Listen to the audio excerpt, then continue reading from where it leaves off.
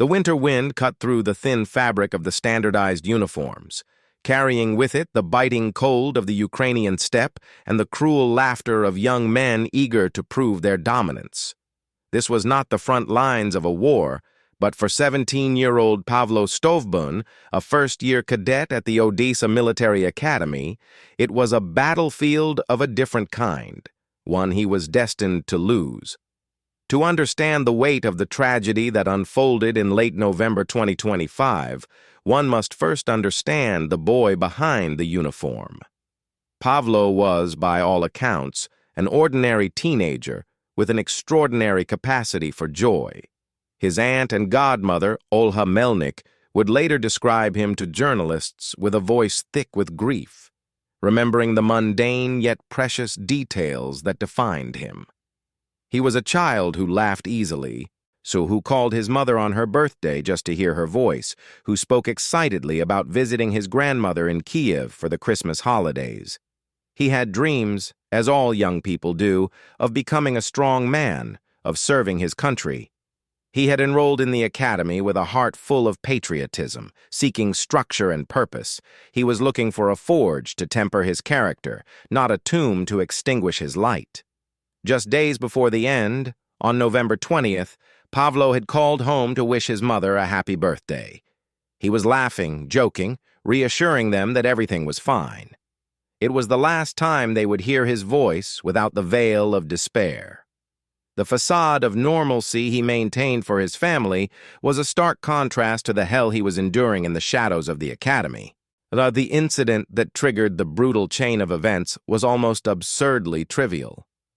Pavlo and two other freshmen had allegedly taken a few energy drinks from a local store. It was a petty, childish mistake, the kind of minor infraction committed by teenagers the world over.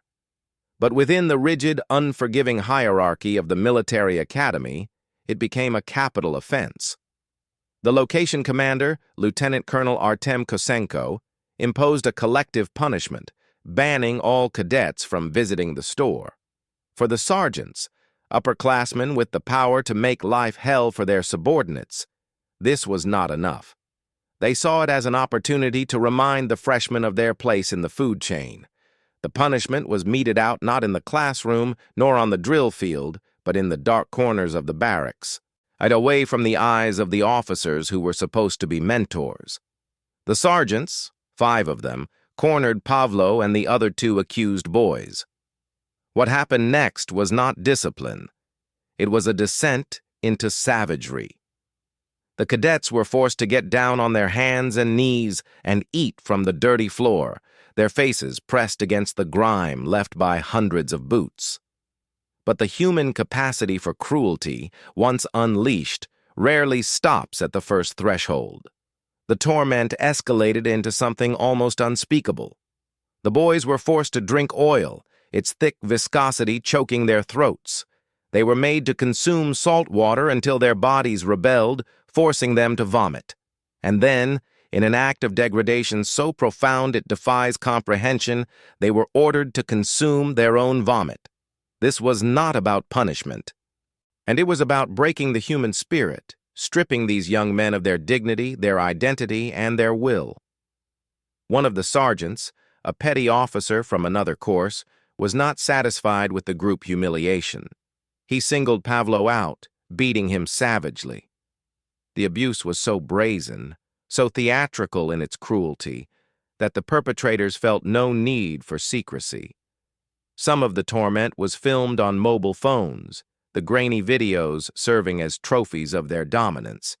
Later, these videos would be seized by law enforcement as evidence of the horror that unfolded within those walls. 2 days after the beating and the ritualistic humiliation, Pavlo Stovbun could no longer see a way out.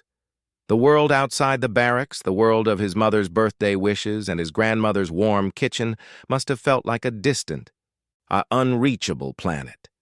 He was trapped in a system that was supposed to build him up, but was systematically tearing him apart.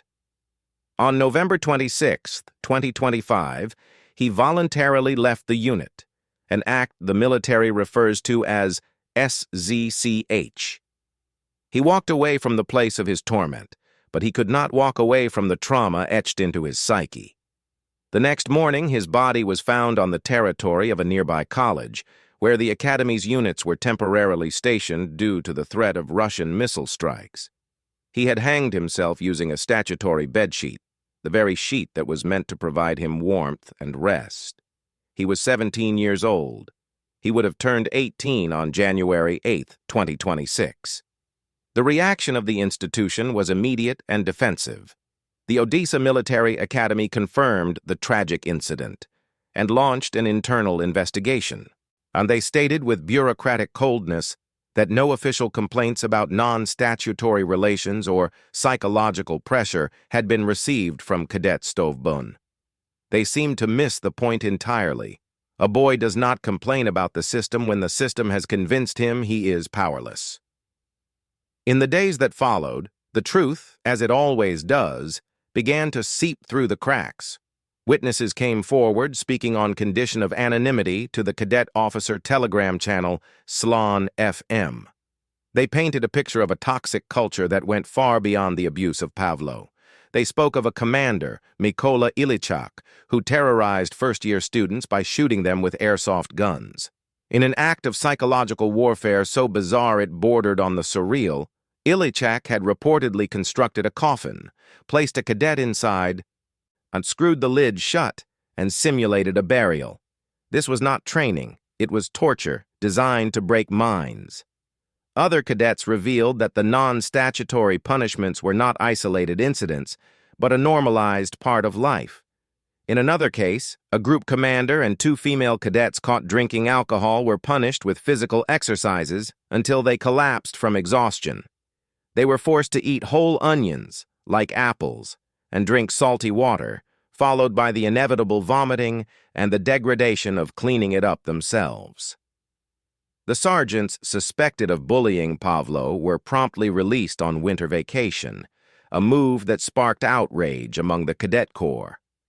On the doors of their rooms, someone scrawled the words "murderer" and "burn in hell," a stark, as graffiti-fueled indictment from a student body that felt justice was being mocked. Pavlo's family was left to pick up the pieces of a shattered future. His mother had seen him just an hour and a half before he died. He had assured her, with perhaps the last ounce of his strength, that everything would be fine. She was left with that memory, a knife twisting in her heart. The grief was too much for one family to bear. On what would have been Pavlo's 18th birthday, his father, who had suffered a stroke after his son's funeral, passed away. The heartbroken father could not recover from the loss of his boy. The legacy of Pavlo Stovbun is a question mark hanging over the institutions meant to protect the nation's youth. The investigation continued under the article of incitement to suicide of a minor, a crime carrying a sentence of 7 to 10 years. But no amount of prison time could answer the profound questions raised by his death. Other cadets, his classmates, began to speak of their own despair. One of them shared a message that echoed the tragedy. "I came here to become a strong person, but I'm just degrading here." In the end, the story of Pavlo Stovbun is not just a story of bullying, or of military hazing, or of a flawed system. It is the story of a boy who wanted to be strong, who wanted to serve, who called his mother on her birthday and laughed.